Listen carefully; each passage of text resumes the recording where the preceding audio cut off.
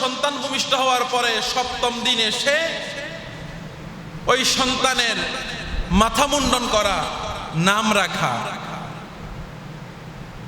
7 দিন না পারলে 14তম দিন, না পারলে 21তম দিন, এই 3 দিনের যে কোনো একদিন করাটা হলো সুন্নাহ। আকিকা দেওয়া, নাম রাখা।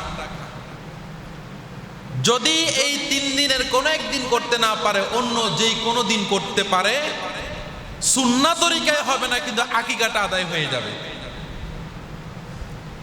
ছেলে সন্তান হইলে 2টা ছাগল, একটা ছাগল দিয়ে করলেও হয়ে যায়, আর মেয়ে যাদেরকে দিয়েছেন তাদের জন্য একটা ছাগল।